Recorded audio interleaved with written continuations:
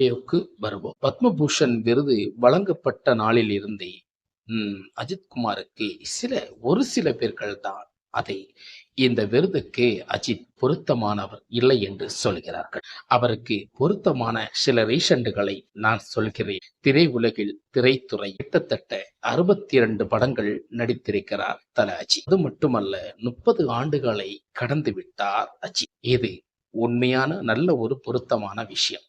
இதை பார்க்கும்போது 30 ஆண்டுகளில் இவர் என்ன அப்படி சாதித்து விட்டார் என்று பார்த்தால் அதற்கும் இருக்கிறது.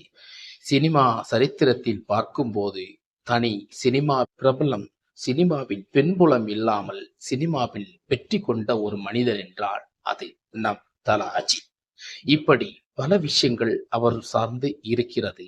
அது மட்டுமல்ல, தன்னுடைய சினிமா என்னுடைய தொழில், இதை நீங்கள் ஓடி ஆடி தியேட்டரில் 1000